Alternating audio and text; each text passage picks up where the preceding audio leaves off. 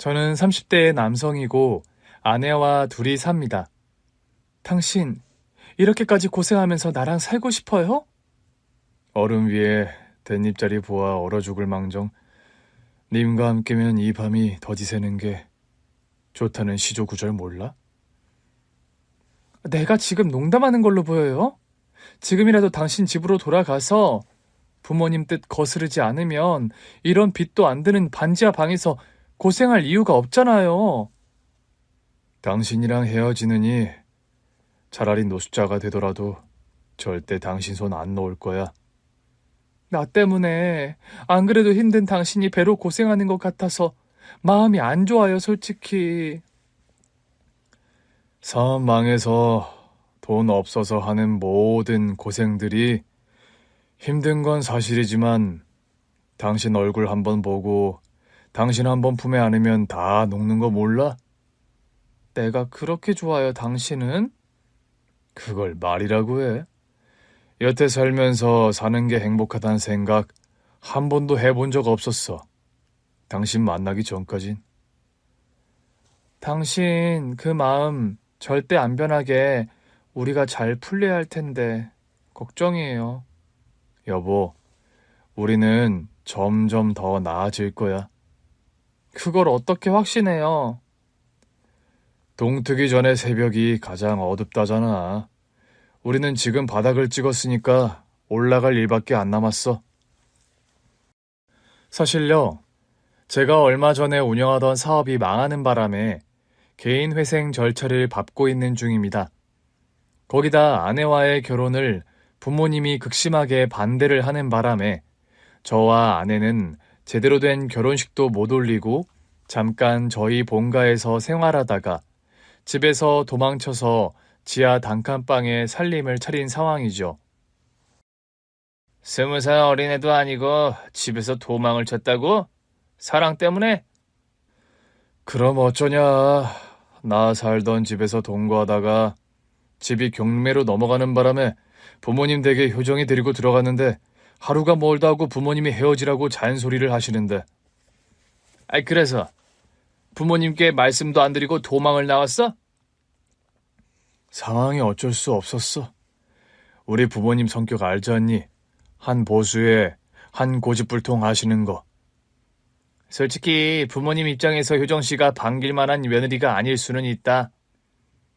너 아무리 내 불알 친구라도 내 앞에서 효정이 나쁘게 말하는 건 나 용서 못한다. 알아, 임마. 나야 당연히 너랑 효정 씨 응원하지. 난 그냥 네 부모님 입장도 조금은 이해해드려야 한다. 그런 말 한 것뿐이야. 친구가 그런 말을 하는 데는 나름 이유가 있긴 했어요. 저희 와이프가요, 사실 한번 이혼을 한 돌싱녀거든요. 그에 반해 저는 결혼한 적이 없는 총각이라 저희 부모님께서 결혼 반대를 완강하게 하셨던 거죠. 그래도 저에게 있어서 효정이는 제 인생 마지막 사랑이라는 확신이 드는 여자였기에 부모님 집을 뛰쳐나오던 날, 효정이 손을 잡고 동사무소에 가서 혼인신고부터 했더랍니다. 그날부로 저와 효정이는 법적인 부부가 됐고 반지하 단칸방에서 정말 그릇 하나씩만 들고 신혼살림을 시작하게 된 거였죠. 효정아, 미안하다. 지금은 내가 가진 게 없어서 널 이렇게 고생시키지만 내가 다시 어떻게든 재기해서 너 호강시켜줄게. 나 호강 안 시켜줘도 좋아요. 그냥 우리가 서로를 이렇게 생각하는 마음만 안 변했으면 좋겠어. 저는 일단 닥치는 대로 낮에는 쿠팡 배달일, 밤에는 야간 대리운전을 뛰며 종일 열심히 돈을 벌기 위해 일했습니다. 아내 역시 구내식당의 주방 보조 일을 시작하게 되면서 새벽에 출근하는 삶이 시작됐어요. 효정아, 이렇게 새벽에 나가는 거 힘들지 않아? 웬만하면 다른 일 알아보지 그래. 너 안 그래도 새벽잠도 많은 애가. 나 나중에 일 제대로 배워서 저런 구내식당 운영해보고 싶어서 그래요. 구내식당 아니더라도 뭔가 요식업 쪽에 관심이 있어서 시작한 일이야. 해보고 너무 힘들면 바로 관둬. 내가 투잡 뛰니까 너까지 그렇게 고생 안 해도 우리 먹고는 살아. 알았어요. 말이라도 그렇게 해주니까 내가 든든하네. 그날도 아내는 새벽같이 출근한다고 집을 나섰어요. 여보, 김치찌개 끓여놨으니까 먹고 출근해요. 힘든데 아침밥 됐다니까. 체력 소모 많은 일 하면서 아침 굶으면 어쩌려고. 나 나가요. 이따 저녁에 봐. 이따 저녁에 봐. 저는 아내가 출근하면서 저에게 건네는 그 인사말을 참 좋아했어요. 낮에 힘들게 일하면서도 아내의 그 목소리를 떠올리며 퇴근해서 아내를 볼 생각을 하면 배달 일을 하면서도 피곤할 줄 모를 정도였죠. 그런데 이따 저녁에 보자는 아내의 인사말은 지킬 수 없는 약속이 되고 말았어요. 저희 아내가요, 새벽에 일하러 나가는 길에 교통사고를 당해 큰 중상을 입고 말았던 겁니다. 부상이 심해서 당장 수술 받으셔야 하고 적어도 반년 이상 입원하셔야 할 것 같네요. 저희 아내, 수술만 받으면 괜찮은 건가요, 선생님? 신경을 접합하는 수술이 워낙 까다로운 수술이라 수술 경과는 장담할 수 없는 상황입니다. 의사의 날벼락 같은 선고는 저에게 너무 충격이었어요. 저에게 아내는 살아가는 이유이자 제 인생의 보물 같은 존재인데 그런 아내가 심각한 부상으로 건강을 회복하지 못할지도 모른다니 암담하고 절망적이기 짝이 없더군요. 게다가 제 수준에서 천문학적 수준의 수술비에 눈앞이 캄캄했어요. 저희 아내 수술비와 입원비 총 얼마 정도 들어갈까요? 아직 수술 전이라 정확한 비용은 말씀 못 드리는데 보통 이런 경우 한 1억 조금 넘게 나오시는 걸로 알고 있어요. 1억이요? 네, 수술이 워낙 까다로운 수술이고 재활치료도 비급여 항목으로 이뤄지는 재활치료네요. 또 입원 기간을 반년 이상 잡으셔야 하는 상황이라서요. 사업이 망한 지 얼마 안 돼서 반지하 단칸방에 새들어 사는 형편에 1억이라는 병원비는 저에게 감당하기 힘든 액수인 게 사실이었죠. 그렇다고 돈이 없어 아내를 그냥 포기할 수는 절대 없었어요. 저는 제 몸이 부서지는 한이 있더라도 아내를 살려야겠다고 다짐했습니다. 여보, 나 상태 많이 안 좋대? 솔직히 좋은 건 아니래. 당신도 알겠지만 교통사고가 엄청 크게 났잖아. 이럴 줄 알았으면 보험이라도 좀 제대로 들어놓을걸. 효정아, 걱정하지 마. 내가 아무리 돈이 없어도 너 수술비랑 병원비는 어떻게든 마련할 거니까, 응? 미안해, 여보. 결혼한 지 얼마 되지도 않아서 이런 불상사나 만들고. 무슨 그런 말도 안 되는 소리를 하니? 네가 다치고 싶어서 다친 것도 아니고 새벽같이 출근하다 이런 지경이 돼서 내가 더 미안하고 내게 면목이 없어. 저는 아내를 달래주고 집으로 돌아오는데 저 역시 갑갑하고 절망적인 건 사실이었죠. 돈을 융통할 방법을 아무리 생각해도 당장 답이 안 나오는 상황이었거든요. 제가 사업이 망한 지 얼마 안 돼서 개인 회생 절차를 밟고 있던 때라 대출도 막혀 있었고 1억이나 되는 돈을 융통해 줄 지인이 주변에 있을 리 만무했어요. 1억? 재수씨 치료비가 그렇게나 많이 든대? 수술이 어려운 수술이고 재활이다 뭐다. 어떻게 한 몇천이라도 좀 융통 안 될까? 재우야. 솔직히 몇백 정도는 내가 마련해 줄 수 있는데 몇천까지는 무리다. 나도 집 전세 대출금에 우리 아버지 암투병하셔서 병원비가 만만치 않게 들어가는 입장이라. 미안하다. 이런 어려운 부탁해서. 저는 고민 끝에 어쩔 수 없이 부모님께 부탁을 드려보기로 했어요. 그런데 아니나 다를까 돈은 둘째치고 불우령만 배로 돌아오더군요. 뭐? 1억? 너 효정인지 머식인지 살리자고 1억을 쓴다는 거야? 정신 나갔어? 엄마, 1억이 큰 돈이긴 하지만 사람 목숨 살리는데 그깟 돈이 대수예요? 그깟 돈? 1억이 누구 코에 갖다 붙이라고 껌 사먹을 돈이니? 그런 큰 돈을 겁도 없이. 엄마가 진작에 그랬지. 그런 박복한 여자애랑 얽혀들지 말라고. 엄마, 효정이가 뭐가 박복해요? 멀쩡히 시집가서 살다가 남편이 바람피고 폭력까지 휘두르는 망난이었다며. 그런 남자 만나는 팔자가 박복하지 그런 복스러운 팔자냐? 남자 잘못 만난 게 어디 효정이 잘못이에요? 그 자식이 나쁜 새끼지. 정말 눈이 돌아도 아주 헷가닥 돌아서 그런 걸 역성을 들어? 너 사업 망한 지 얼마나 됐다고 또 그 여자의 병수발 든다고 1억을 쓴다는 게 제정신이니? 엄마, 효정이 이제 그 여자애 아니에요. 제 와이프라고요. 뭐라고? 너 그게 대체? 그래요. 효정이랑 혼인신고해서 법적인 부부라고요, 이제. 이런 배은망덕한 녀석. 엄마 아빠에게 허락도 안 받고 혼인신고를 해? 재훈, 너 그게 사실이냐? 죄송해요, 아버지. 두 분이 하도 반대하셔서 어쩔 수가 없었습니다. 버르장머리 없는 자식 같으니라고. 넌 부모가 그리 우스워 보이디? 며느리 자리가 탐탁지 않으면 반대할 수도 있는 거지. 부모 뜻은 생으로 무시하고 지 마음대로 혼인신고 해놓고 또 뭐 그애 병원비에 쓴다고 1억을 구워달라고? 아버지, 다른 문제도 아니고 효정이가 살고 죽는 문제가 걸린 일이에요. 제발 부탁드려요, 아버지. 네가 아무리 울고 빌어도 소용없다.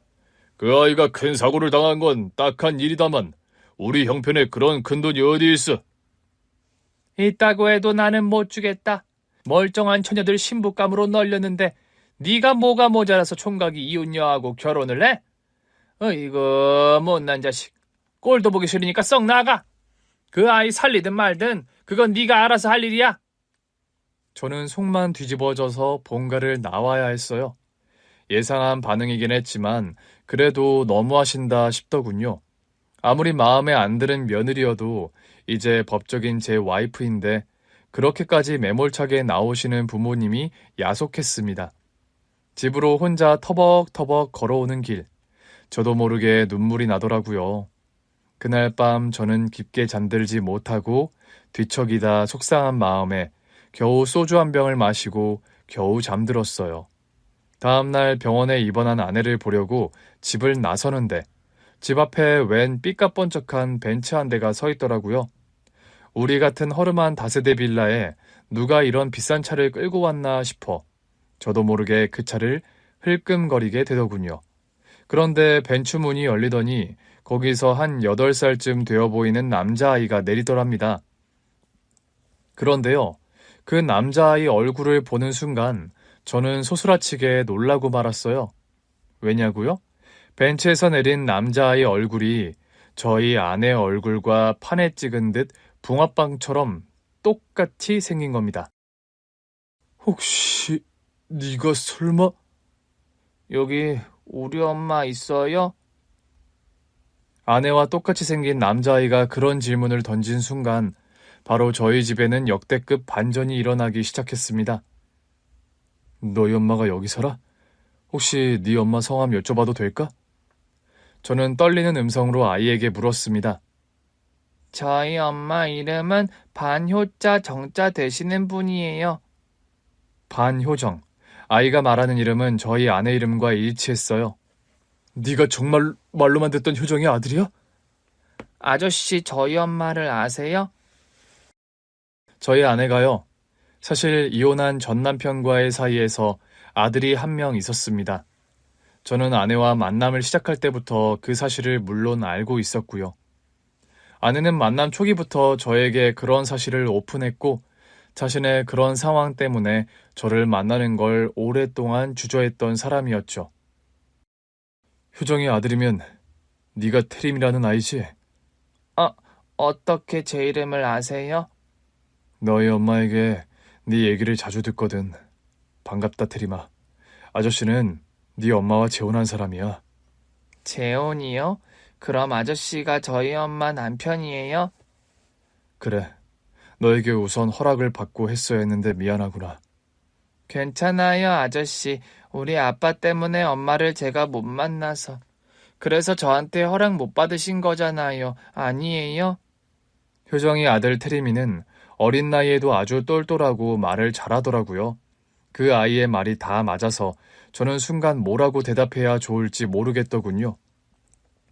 그런데 태림아, 너 오늘은 어떻게 엄마를 보러 왔니?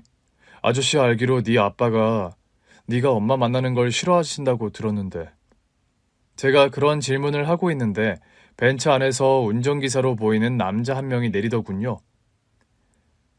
안녕하십니까? 안녕하세요. 테리미가 어떻게 여기까지? 저도 사실 고민하다 테리미를 데리고 왔습니다. 저희 사장님께서 얼마 전에 돌아가시는 바람에 테리미를 돌보는 분이 요즘 가정부 아주머니밖에 없거든요. 뭐라고요? 테리미 아버지가 돌아가셨다고요? 네. 회사에서 업무를 보시던 중에 갑작스런 심장마비로 그만. 실은 테리미 고모분이 미국에서 귀국해서 절차를 밟고 테리미 엄마에게 연락을 드리려고 했는데 오늘 테리미가 하도 엄마 보러 가자고 떼를 써서요. 난감한 얼굴로 제 눈치를 살피는 운전기사였어요. 그런 이유로 데리고 온 거라면 잘하셨어요.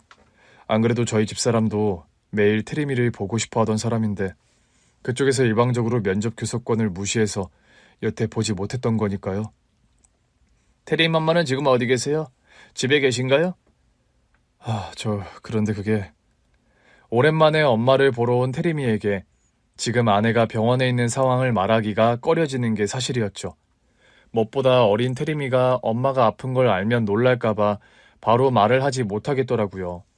저는 테리미에게 잠시 차에 들어가 있으라고 한 뒤 운전기사에게만 자초지정을 설명했어요. 그런 일이 있었군요. 많이 다치신 겁니까? 솔직히 지금 부상이 심해서 큰 수술을 앞두고 있어요. 수술 경과도 장담할 수는 없는 상황이고요. 사장님도 명을 달리하신 마당에 테리미 어머님이라도 무사하셔야 할 텐데 걱정이네요. 오늘은 일단 돌아가시고요.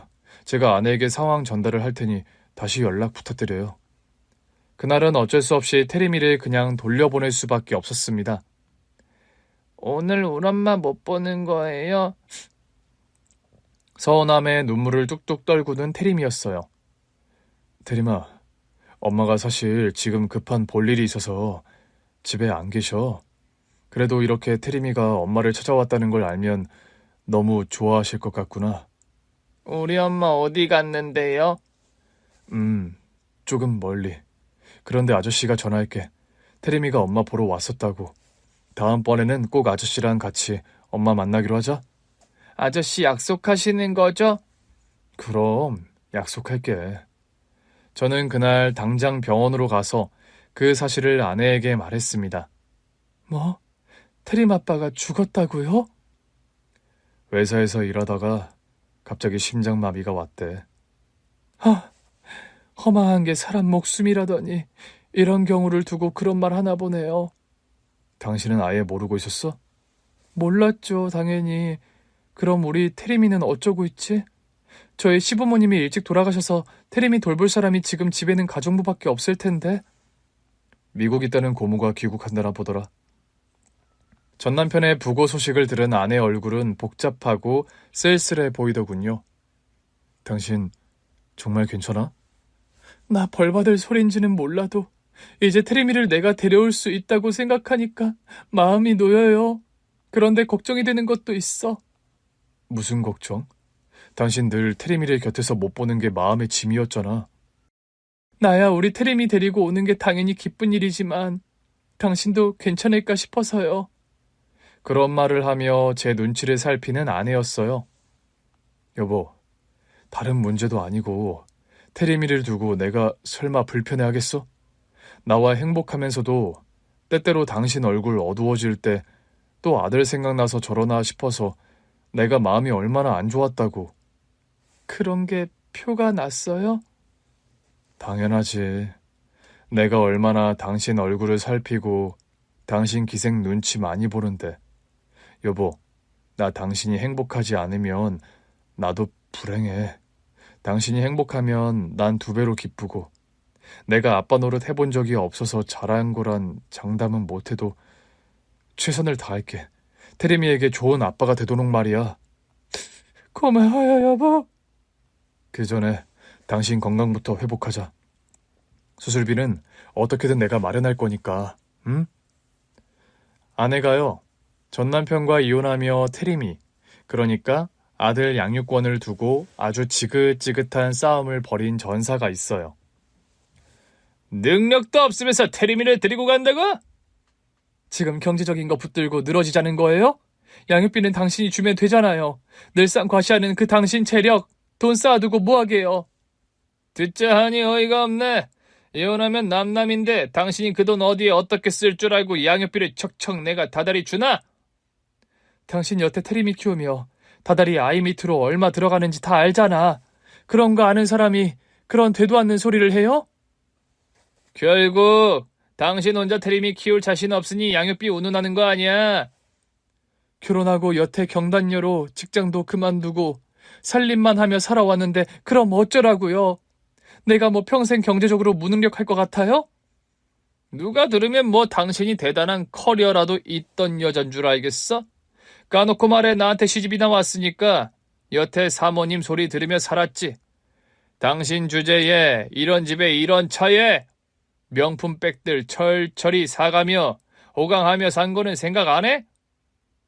백이니 귀금 속이니 다 두고 갈게요. 당신 재산도 위자료도 다 필요 없다잖아. 우리 태림이랑 양육비만 달랐는데 그게 어려워요? 내가 남남이 되는 마당에 왜 당신에게 태림이를 줘야 하지? 멀쩡한 내 아들을? 이 집에서 태림이 돌보는 사람 나 말고 누가 있는데? 아내는 다툼 끝에 소리를 빽 지르고 말았다고 합니다. 이 여자가 어디서 고함이야? 너 아니면 태림이 키울 사람 없을 것 같아? 너한테 줄 양육비면 가정부 한 명 더 쓰면 그만이야? 아이 키우는 일이 돈만 있으면 다 되는 일인 것 같니? 저 어린 나이에 엄마랑 떨어져서 상처받을 태림이 마음은 생각 안 해? 닥치는 대로 어른이든 아이든 다 적응하게 되어 있어. 널 따라가면 나랑 헤어지는 건데 그럼 아빠랑 헤어지는 마음은 어쩔 건데? 태림 아빠, 나 이렇게 무릎 꿇고 부탁할게요. 당신 유책 사유 문제 삼지도 않을 거고 폭력이니 외도니 다 소송해서 지우라 할게. 그러니까 태림이만 나한테 달란 말이야. 못 줘. 내 아들을 이혼하는 여편네에게 뺏길 만큼 내가 덜 떨어진 놈으로 보이냐 넌? 대체 날 왜 이렇게 괴롭히는 거야? 내 인생 이 정도로 망쳤으면 됐잖아. 기어이 태림이까지 뺏어가야 하니 이 나쁜 놈아? 그러니까 내가 하란 대로 네가 복종해서 살았으면 이 사달이 없었을 거 아냐? 뭐라고 복종? 하루가 멀다고 여자 바꿔치기 하며 외도하고 술만 먹으면 손찌검하는 너 같은 인간에게 복종? 폭언 나오기 시작하네. 어디 한번 더 해보시지. 이건 폭언이 아니라 직언이야 이 개자식아. 양육권을 주지 않으려는 전 남편과 아내는 매일 전쟁 같은 싸움을 벌였다고 합니다. 그런데 그 전 남편이라는 작자가요, 아내를 그렇게 감정적으로 들쑤셔 놓고 화가 나서 아내가 하는 말들을 죄다 녹음하곤 폭언과 분노 조절 장애로 아내를 몰아갔다고 합니다. 법정 다툼이라는 것이요. 해본 사람은 다들 공감하시겠지만 결국 시간과 비용의 싸움입니다. 시간과 돈이 많은 사람이 지치지 않고 버티고 이길 승산이 높은 싸움. 형사 재판이건 이혼 소송이건 결국 다 마찬가지거든요. 가진 게 별로 없던 아내는 결국 오랜 이혼 소송을 버틸 재간이 없었습니다. 이혼 전문 변호사를 몇 명이나 써서 아내를 엄마 자격이 없는 무능력한 사람으로 몰아가는 전 남편이었고, 결국 아내는 아들 태림이에 대한 양육권을 빼앗기고 말았던 거죠. 제가 처음 아내를 만났을 때는 아내가 이혼하고 1년이 채 되지 않던 시점이었어요. 사람에 대한 상처도 크고 아들에 대한 그리움도 깊어서 아내 얼굴은 늘 어두운 편이었죠. 그러다 보니 제가 아내에게 다가가는 일도 쉬운 일은 아니었어요. 효정씨, 저한테 공연 티켓이 2장 생겼는데 같이 보러 갈래요? 아니요. 그렇게 단칼에 거절하세요? 솔직히 말씀드릴게요. 저는 남자에 대한 믿음이 1도 없어요. 세상 남자 누구도 더는 만날 생각이 없고요. 네? 이런 말하는 제가 이상해 보인다는 거 알아요. 그런데 제 솔직한 심정이에요. 저 같은 남성 혐오증 여자한테 작업 걸 생각 마시고 다른 여자 알아보세요. 아내의 첫 느낌은 공격당하기 직전에 고슴도치 같았다고 해야 할까요? 상처받기 싫어서 가시를 있는 힘껏 고추세우고 공격 자세를 취하는 고슴도치 같은 모습이 딱 아내의 첫인상이었습니다. 그런데 사랑이란 게, 사람 마음이란 게 참 묘해서 저는 그런 아내가 그래도 좋았더랍니다. 나를 세울수록 저를 밀어낼수록 어떤 상처가 있길래 저렇게나 예쁜 사람이 저런 고슴도치 같은 사람이 되어버렸나. 안쓰러운 마음이 들었으니까요.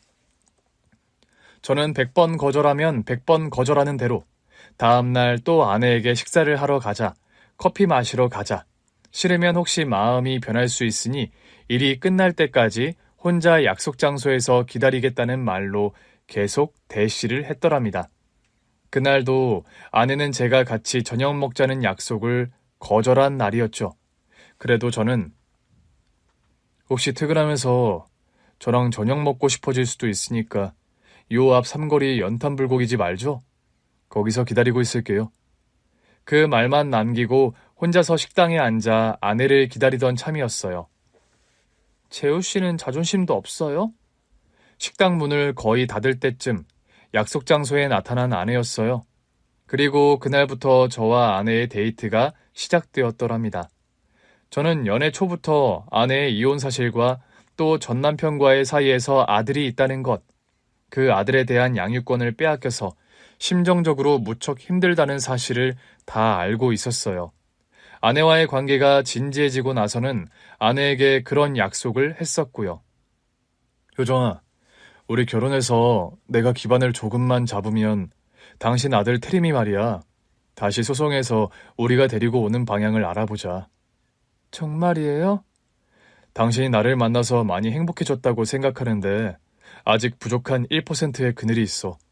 그 그늘의 원인이 뭔지 나는 아니까. 완전하게 당신 얼굴이 행복하게 빛나는 걸 보고 싶어 나는. 저의 그런 진심에 아내는 감동했고 마음을 열게 되었다고 했습니다.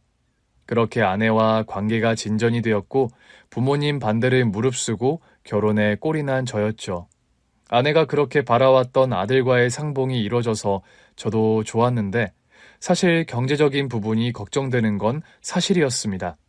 무엇보다 아내의 수술비와 병원비가 아직 마련되지 않은 상황이라 암담하더라고요. 정 안 되면 어디 제가 배를 타서라도 목돈을 마련해야겠다. 그런 다짐을 하고 있었죠. 그런데 며칠 후 테리미의 고모라는 사람이 아내를 찾아왔더라고요.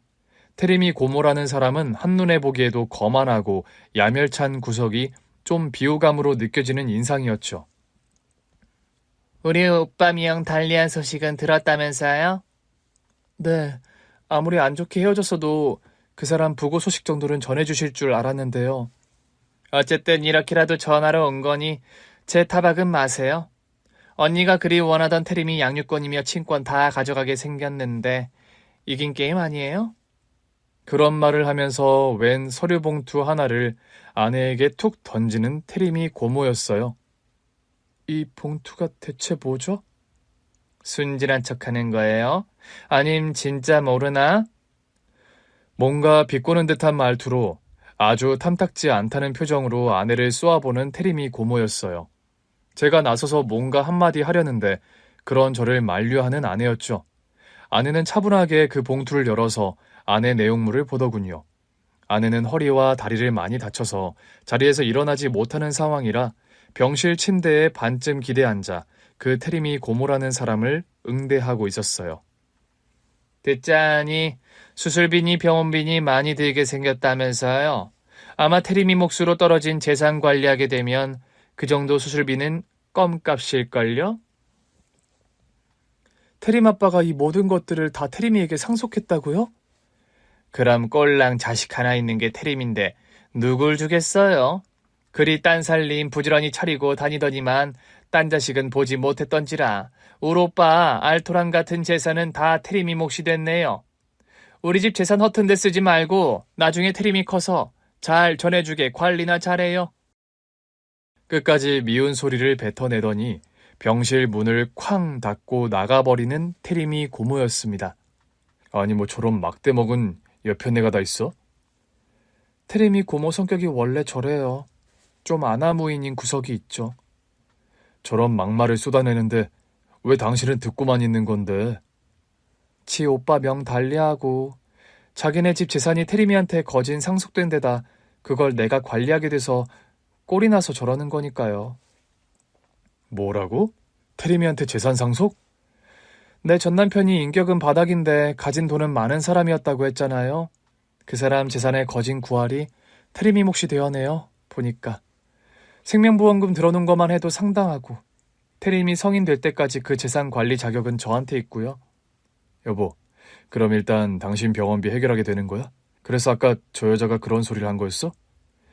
위자료니 재산 분할 한 푼도 못 받고 이혼했다고 친정이나 주변 사람들이 막 뭐라고 했었는데 참 씁쓸하게도 이런 식으로 재산이 나에게 오게 됐네요. 아내의 말을 듣고 보니 마냥 좋아할 일도 아니긴 했어요. 아내의 지나온 여정을 생각하면 참 그 전남편의 돈이란 걸 한 푼도 받기 싫은 게 사실이었고요. 그래도 그 사람이 명을 달리하며 테리미에게 남긴 재산이었고 그걸 아내가 관리하게 됐다는데 제가 뭐라고 터치할 문제는 아니더군요. 다행이었던 건 아내의 급한 수술비가 해결되었다는 점이었습니다.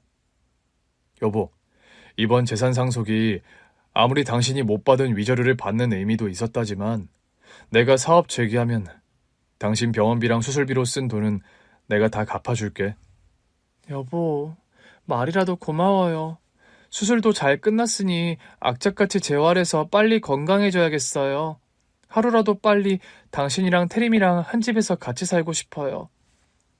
아들 테리미의 양육권을 되찾은 아내는 빨리 몸을 회복하겠다는 의지가 아주 활활 타오르는 것 같더라고요. 아내가 병원에 입원해서 재활치료에 전념하는 동안 저는 테리미와 친해지는 시간을 가지려고 노력했습니다. 테리마, 주말인데 어디 놀러 가고 싶은 데 없어? 아저씨, 저랑 놀이공원 가주시면 안 돼요? 안 될 게 뭐가 있어? 테리미 김밥 좋아하니? 네, 좋아해요. 그럼 아저씨가 김밥 도시락 만들 테니까 그거 싸가지고 가서 놀이공원에서 먹자. 이야, 신난다. 김밥은 학교 소풍날에만 먹는 건 줄 알았는데, 헤헤헤. 저는 주중엔 일을 하느라 시간을 내기 어려웠지만 주말에는 꼭 시간을 할애해서 테리미를 데리고 놀이동산으로, 동물원으로 아이들이 좋아하는 곳을 많이 데리고 갔습니다. 운동하는 걸 좋아하는 아이라 아빠와 함께 참여하는 조기 축구 교실에도 가입을 해서 일요일 아침마다 함께 축구도 뛰었죠. 테림이랑 아빠는 엄청 사이가 좋아 보이시네요. 네? 아빠라는 말에 제가 좀 당황한 게 사실이었어요. 왜냐면 그때까지 테리미는 저를 아저씨라고 부르고 있었기 때문입니다. 테리마, 아빠랑 축구하는 거 재밌니? 네, 선생님. 저희 아빠는 주말에는 꼭 저를 데리고 재미난 데 많이 데려가 주시거든요. 그래? 보통 아버님들이 피곤하셔서 이런 주말 조기 축구 잘 안 나오시려고 하는데 결석률도 거의 없이 거의 매주 나오시는 게 참 대단하세요. 아니에요. 주말 아니면 테리미와 시간을 보내기가 힘들어서요. 암튼 무척 보기 좋습니다, 아버님. 그런 말을 하면서 저와 테리미를 보며 엄지손가락을 치켜드는 축구 선생님이었어요. 그날 집으로 돌아오는 길에 테리미에게 넌지시 말을 꺼내봤답니다. 테리마, 오늘 정말 고마웠다. 뭐가요? 선생님 앞에서 아저씨를 아빠라고 해줘서. 제가 사실은 얼마 전부터 아빠라고 불러드리고 싶었어요. 근데 안 부르다 보니까 뭔가 부끄러워서 자꾸 미루게 되더라고요. 네가 안 내키면 너무 성급하게 안 그래도 돼, 테리마. 아니에요. 엄마랑 결혼하신 분이니까 저한테도 아빠가 맞아요. 그럼 앞으로도 아저씨를 아빠라고 불러줄 거니? 네, 아빠. 그런 말을 하며 수줍게 웃어 보이는 테리미였습니다. 저는 테리미에게 아빠 소리를 들은 날 너무 신이 나서 테리미를 목마를 태우고 아내가 입원해 있는 병실을 찾았어요. 아니, 다 큰 애를 목마를 태우고 들어와요? 오늘 내가 너무 기분 좋은 일이 있어서 그래. 기분 좋은 일? 무슨 일인데요? 테리마, 엄마 앞에서 한번 보여드릴래?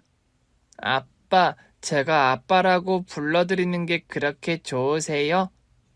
그 말을 들은 아내의 얼굴이 놀람으로 순간 굳어지더군요. 그리고 이내 눈물을 펑펑 쏟는 아내였습니다. 테리마, 아저씨를 아빠라고 부르기로 한 거야? 네, 엄마. 엄마랑 결혼하신 분이고 또 저한테도 너무 잘해주시니까요. 고맙다, 우리 아들. 엄마, 근데 왜 우세요? 좋으시다면서요. 엄마가 너무 좋아서 그래. 너무 좋아도 눈물이 나는 거란다, 테리마. 아내는 수술 후에 힘겨운 재활운동을 다행히 잘 이겨냈습니다. 반년 넘게 입원해야 할 거라던 병원 측의 예상을 깨고 아내는 4개월 반 만에 퇴원을 하게 됐어요. 퇴원하고 저와 아내가 가장 먼저 한 일은 테리미를 데리고 가족 사진을 새로 찍은 일이었죠.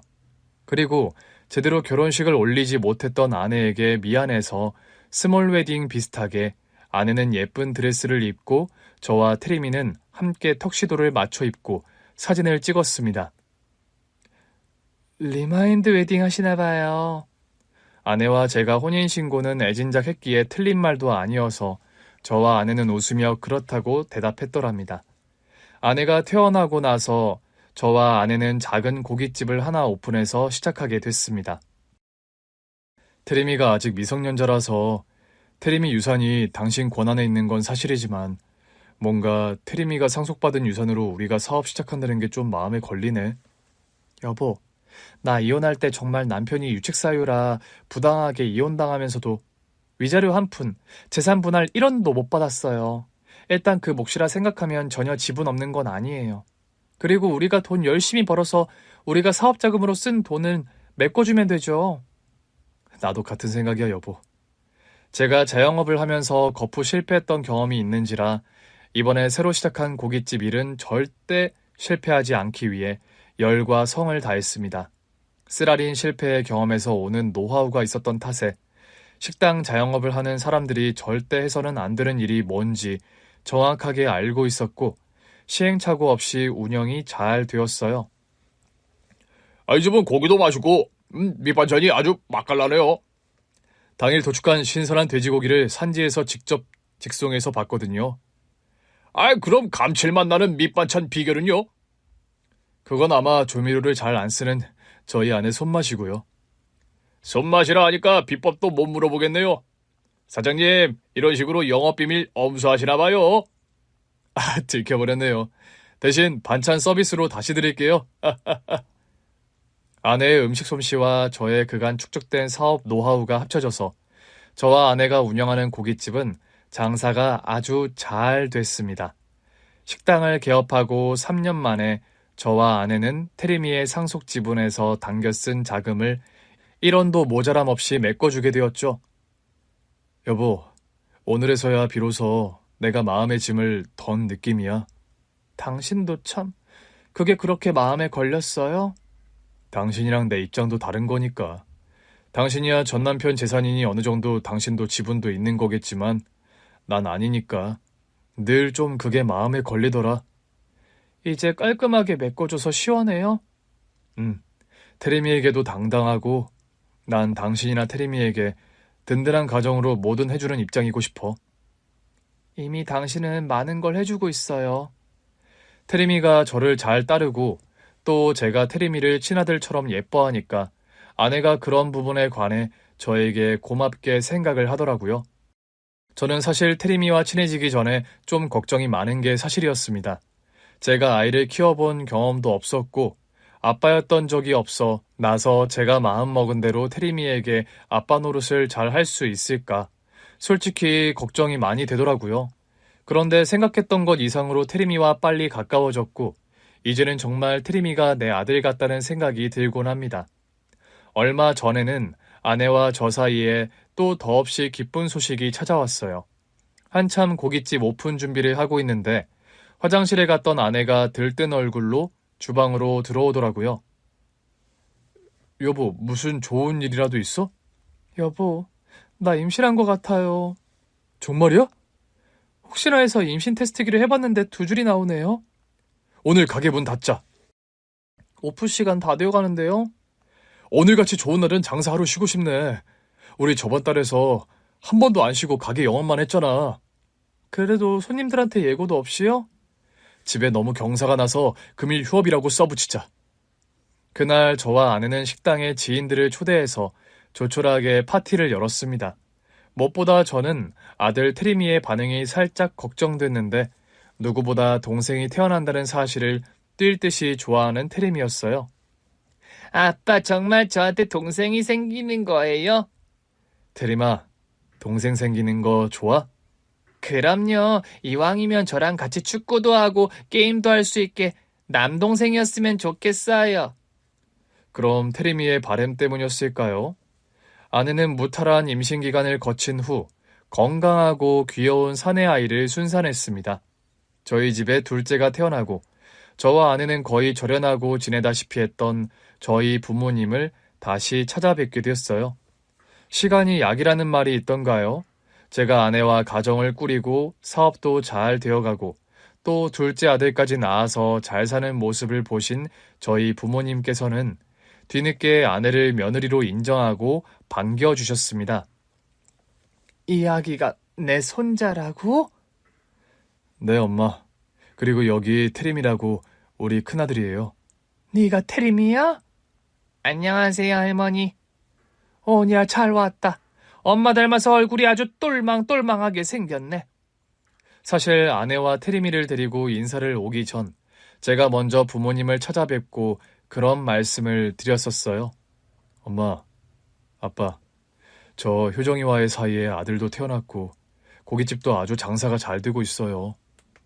그 사이에 아들을 낳았어? 그럼 내가 할아버지가 됐다는 소리냐? 아무리 우리가 결혼 반대를 했어도 네 처가 아이까지 낳았으면 진작 연락을 했어야지. 엄마, 죄송해요. 사실 워낙에 효정이를 반대하셨어서 자신이 없었어요. 그리고 저 효정이랑 애들 데리고 인사 오기 전에 먼저 부탁드리고 싶은 것도 있고요. 무슨 부탁인데? 테림이요. 효정이가 전 남편 사이에서 낳은 아들 말입니다. 그런데 테림이 친부가 몇 년 전에 명을 달리해서 효정이가 친권 되찾아서 우리가 기르고 있어요. 이제는 저도 테림이와 정이 많이 들어서 둘째 태성이나 마찬가지로 테림이 역시 제 아들이고요. 알았다. 옛날에 효정이 구박하던 것처럼 그 애에게 그러지 말란 소리 하는 거 아니니? 맞아요, 엄마. 테림이가 어려서는 엄마랑 떨어져서 괴팍한 성미에 지 아빠랑만 외롭게 살아서 상처가 꽤 커요. 더는 어린애에게 상처 주고 싶지 않으니까 테림이 좀 잘 배려해 주세요. 이왕 우리 손주까지 낳아서 너와 가정 일고 잘 사는 마당에 더는 타박하고 싶은 생각 없으니 걱정 말어. 네 엄마랑 나랑 솔직히 후회 많이 했다. 너 결혼 반대를 너무 심하게 하면서 너희 내외 내친 거 말이다. 자식 이기는 부모 없다는 말을 뻔히 알면서 우리가 그랬으니 나와 네 엄마가 어리석었지. 저도 죄송했어요, 엄마 아빠. 허락도 없이 마음대로 효정이와 혼인신고한 거요. 효정이와 가정 일궈서 사니 그리 좋으니? 그럼요, 엄마. 저 정말 행복해요, 매일이. 다행이구나. 그리 난리 부르스를 떨며 부모 반대 무릅쓰고 가정 일궜는데 잘 살아야지. 우리도 진작에 너그럽게 처신하지 못한 건 미안하다. 앞으로만 그냥 효정이랑 테림이 많이 아껴주세요. 암튼 지 마누라밖에 모르는 팔불출이 따로 없다. 아유, 참 이래서 아들 자식은 장가가면 아무 필요 없단 소리가 나오지. 그동안 연락 못 드리고 산 거 죄송해요, 엄마. 저 이제 고깃집 식당도 장사 잘 되고 용돈도 많이 드리고 엄마 아빠께 밀린 효도 앞으로 다 할게요. 효정이와 태림이 그리고 둘째 태성이를 데리고 몇 년 만에 본가에 방문한 날 엄마는 밥상이 부러져라 한가득 맛있는 음식을 차리셨더라고요. 효정아, 많이 먹어라. 너 출산했을 때 미역국 한 그릇 못 끓여줘서 미안하구나. 아니에요, 어머니. 그동안 연락 못 드리고 살아서 제가 더 죄송합니다. 이왕 이렇게 너희가 가정 일고 잘 사는데 우리도 너와 태림이를 이제 우리 가족으로 받아들이고 잘 지냈으면 좋겠다. 과거에 서운하게 한 것들은 좀 잊어주고, 응? 태림이라고 했지? 얼른 와서 앉아서 식사하렴. 태림이는 뭘 좋아하는지 몰라서 일단 갈비찜도 하고 애들 좋아하는 돈가스도 튀겨봤는데 입맛에 맞을지 모르겠구나. 하루하루 저희 부모님과 아내 효정이의 관계도 날이 갈수록 풀어지고 편해진다는 것을 느끼는 요즘입니다. 저희 엄마가요, 요즘은 밑반찬을 만들어도 아내와 태림이가 좋아하는 반찬 위주로 만들어서 가져다 주시더라고요. 태림과 저번에 보니까 메추리알 장조림을 잘 먹어서 좀 만들어 와봤다. 어머니, 매번 이렇게 안 가져다 주셔도 돼요. 어머니도 힘드신데. 나야 집에서 쉬는 노인네가 이런 밑반찬 만드는 거 큰일도 아니다. 참, 이건 너 잘 먹는 꽈리고추 들어간 멸치볶음이랑 잡채를 좀 무쳐왔어. 감사해요, 어머니. 잘 먹겠습니다. 엄마, 나 잘 먹는 반찬은 안 만들어 오셨어요? 좀 서운한데요. 예전엔 저 좋아하는 감자조림 자주 만들어 주시더니. 너야 효정이가 해주는 건 맨날 맛있게 먹으면서 그러니. 원래 며느리들이 시댁에서 안 챙겨주면 서운한 법이다. 여자들은 그저 평생 식구들 밥 해주다 보면 정작 본인 먹고 싶은 건 해주는 사람들이 없거든. 이제는 아내를 반대했던 일이 언제 있었던 일이냐는 듯 아내를 많이 챙겨주시는 엄마입니다.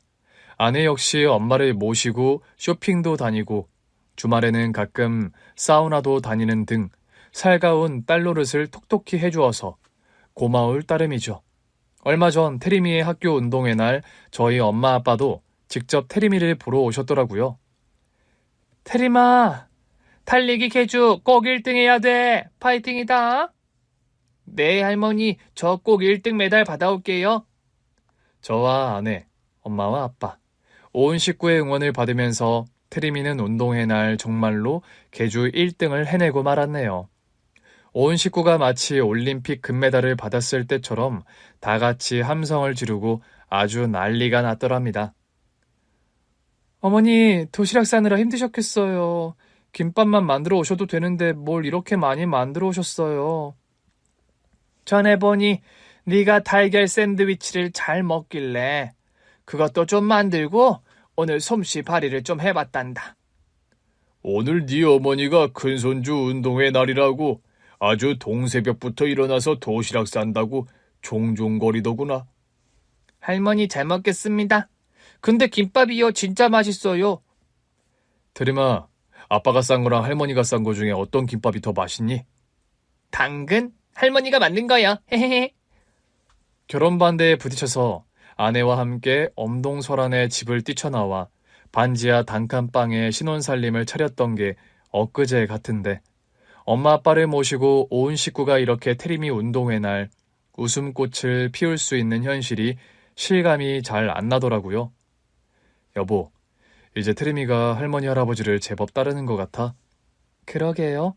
친가 쪽 할머니 할아버지가 일찍 돌아가셔서 태림이가 할머니 할아버지 사랑 모르고 자라나 싶었는데 이렇게 태림이를 예뻐해 주실 줄 몰랐어요. 나한테 시집 잘 온 것 같아? 내가 살면서 제일 잘한 게 뭔지 알아요? 뭔데? 당신 기다리고 있던 그 연탄 불고기집에 늦게 밥 먹으러 간 거예요. 우리 첫 데이트 날 말하는 거야? 실은 그날 엄청 갈등하다 간 거였거든요. 전 남편에게 대차게 뒤통수 맞다 보니까 다시는 어떤 남자에게도 마음 주지 않겠다 결심했던 때여서.